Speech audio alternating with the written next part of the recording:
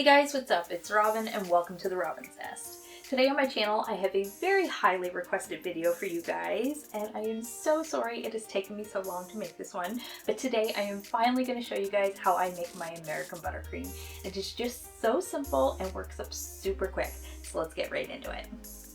Now for our ingredients, what we're going to need is 4 cups of powdered sugar.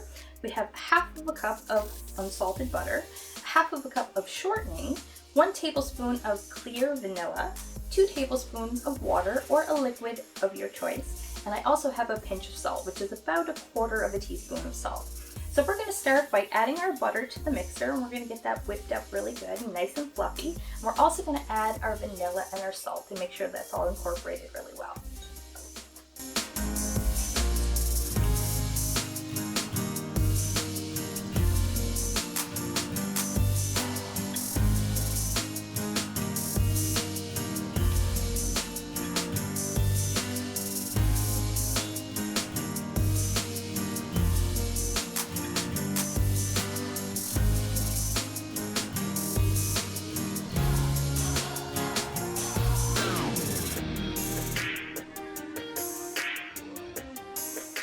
Alright, now once it's blended a little bit, we're going to stop and we're going to scrape the sides of our bowl just to make sure everything incorporates nicely.